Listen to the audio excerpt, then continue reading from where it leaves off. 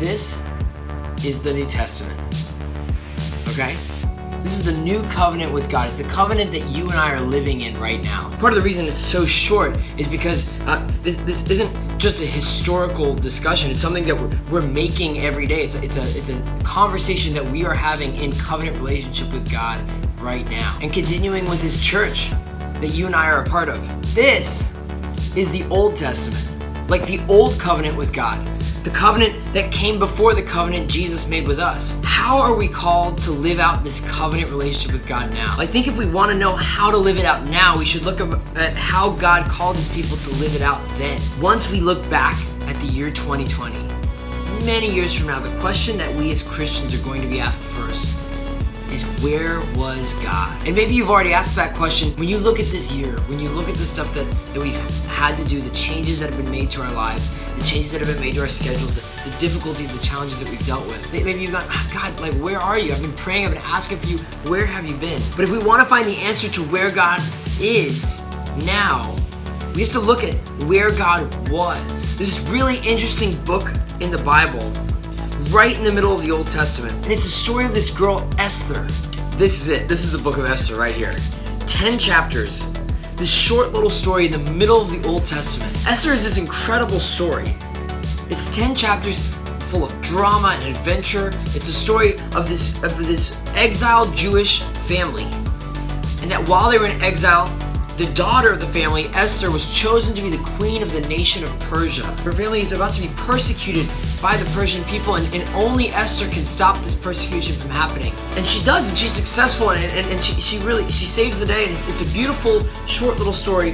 And yet, it's the only book in the Bible where God does not actually do anything. Like, where God is not an actual character in the story. See, in every other book in Scripture, whether it's Moses in the burning bush, right? Or it's Elijah calling down fire from heaven, or whatever it is, right? Like, God is always a voice, a speaker in the story. And God doesn't speak any words in this story. So why is a book like that in the Bible? When you read this book, though, what's fascinating about these 10 chapters is that it's full of coincidences. Things that we couldn't explain just on our own, that just so happened to happen the way they needed to happen.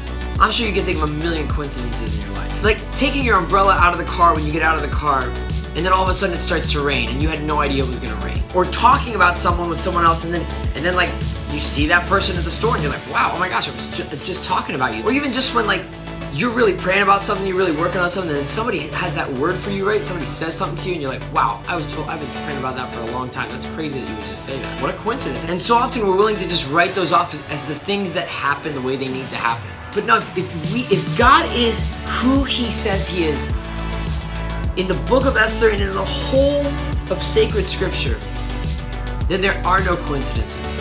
If you actually took a step back and you looked at the whole story, if you didn't live verse by verse, your life as it came to you, think about how amazing it is. God, who's so in love that He constantly gives us a part in the story. That He doesn't want us to just live in exile from Him, from heaven. He calls us to be kings and queens in this story, to make decisions that matter to where this story goes. The one thing we can learn from the Old Testament, that the Lord waits so well for His people to call on Him. So if you find yourself right now asking that question, where was God? I'd encourage you to call on Him and to ask Him, where are you, Lord? Because I think you'll be surprised by the answer. I think the answer is going to be a lot closer than you think. I want to be able to look at God and say, God, thank you for 2020. Thank you for this year. Thank you for the ups and downs. Thank you that it was different. It was a different adventure. And that if you moved as strongly as you did in the Old Covenant, how much more will your Son move us if we simply invite Him to? We just ask Him. He's a good God. He's a good Father. And He loves to answer His children's questions. Because a good Father is where His children are. He's right here with us. He's walking this year with us. He's walking today, this moment with you. And He's made you for it.